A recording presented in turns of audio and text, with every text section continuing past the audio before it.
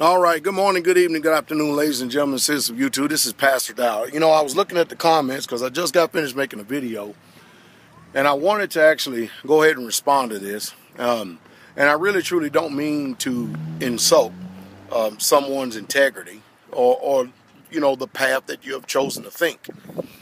But I do want to try to do what I can, do my part to try to help stimulate the mind and the conscience to think outside of the normal box of the way we function.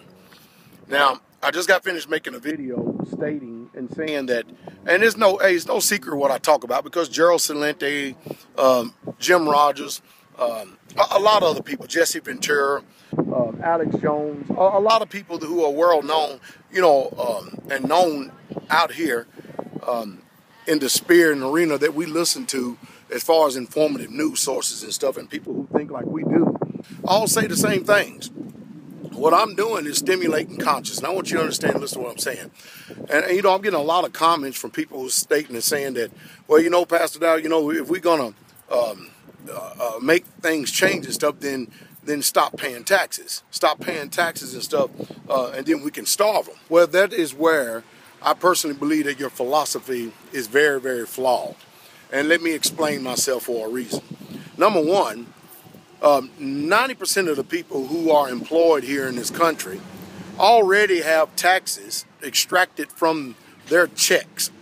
It's extracted from their pay way before they even receive their paychecks. The system is set up like that because they guard themselves and they protect themselves against any type of revolt coming from the people. So, you know, the system is already designed to protect itself from you. And it's designed to extract and take as much as it can from you while they allow you to live in their system. Now, the politicians are not worried about the paychecks that we, the so-called American people, give them because they are elected officials in office. That is chump change.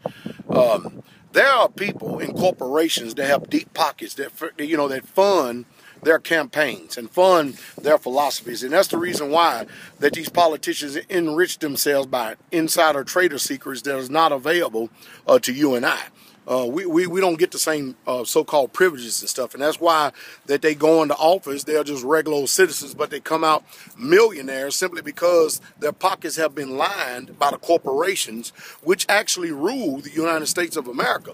So until you begin to understand the fundamentals of the way that this country runs, you know, I often said it, if everybody has a mouth, they think that they're entitled to give an opinion rather than exercising self-autonomy, using a little bit of, you know, just show a little bit of reserve and think for a moment, see what everybody else is saying, and then try to make an informed comment. But I did ask for comments, and I'm not coming down hard on people for that. But I just want to try to show you how the way that the system is working. Now, unless you are willing to actually get into the bartering and trading, which we're all going to be forced into, whether you like it or not, and you need to preserve yourself through real wealth, real money, i.e. silver and gold.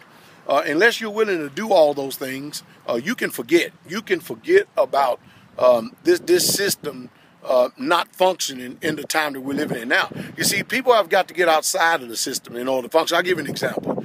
You know, most people, they're sick and tired of stuff. And they, you know, I looked on the internet the other day, and everybody wants to do a gas protest day. Now, I'm going to tell you right now, how can you be calling yourself doing a gas protest day when you're going to go and fill up your car, fill up your gas cans, and you're going to do that before the day? And you're only going to protest for one day. And I know you're going to show the corporation, you're going to show the government, ain't you, for one day. That's not a protest. That's not a protest. If you want to do a gas protest, how about all of us Americans get together collectively?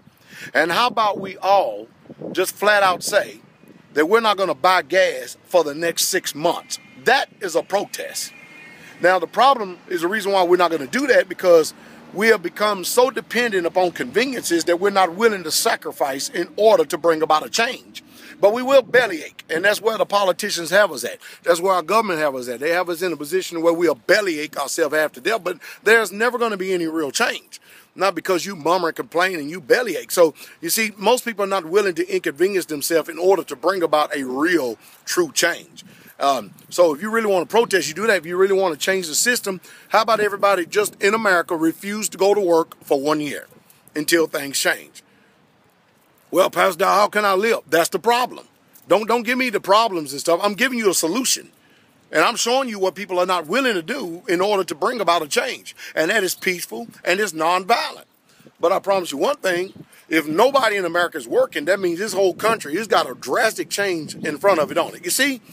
So when we get out here and we got people who, like myself, who have solutions, and I can't convince the populace of the solutions because they're drastic and most people are not willing to inconvenience themselves. Most people are not willing to experience a little inconvenience and personal pain in order to bring about real change.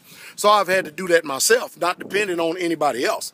I didn't have anybody with me when I started doing the community. Now I started coming across people who are doing the same thing, who supported me in the efforts that I'm doing. And that was very, very few. All my family left me, every single one of them. Pastordowell can't even get in a vehicle right now and drive to a natural family member's home on my mother or father's side. And they chose to be that way. I'm fine with it. But you know what? I'm prepared, and I am still preparing, and I don't think you can ever be prepared enough, but I've done more than they have. And you know what? Pending the economic collapse, pending civil unrest, and all these change, or a world without rule of law, or EMP, no matter what it is, I'm in a whole lot better position than a lot of people who just sit back and make excuses when we provide solid solutions for people in order to make change. I hope I've said something to stimulate your thought. I hope I said something to stimulate your mind. I wanted to make this video outside of the car, not while I'm driving and stuff, because I don't want to put myself nor other people at risk trying to do two things at once. Even though I have a stand. I left the stand at home in my truck, and I thank you, Sister Lisa, for it. But I hope some way, somehow, that I've stimulated thought. I've done my part to try to help you think outside of the box. You just heard the truth, and that is the truth. And that's the truth, straight way.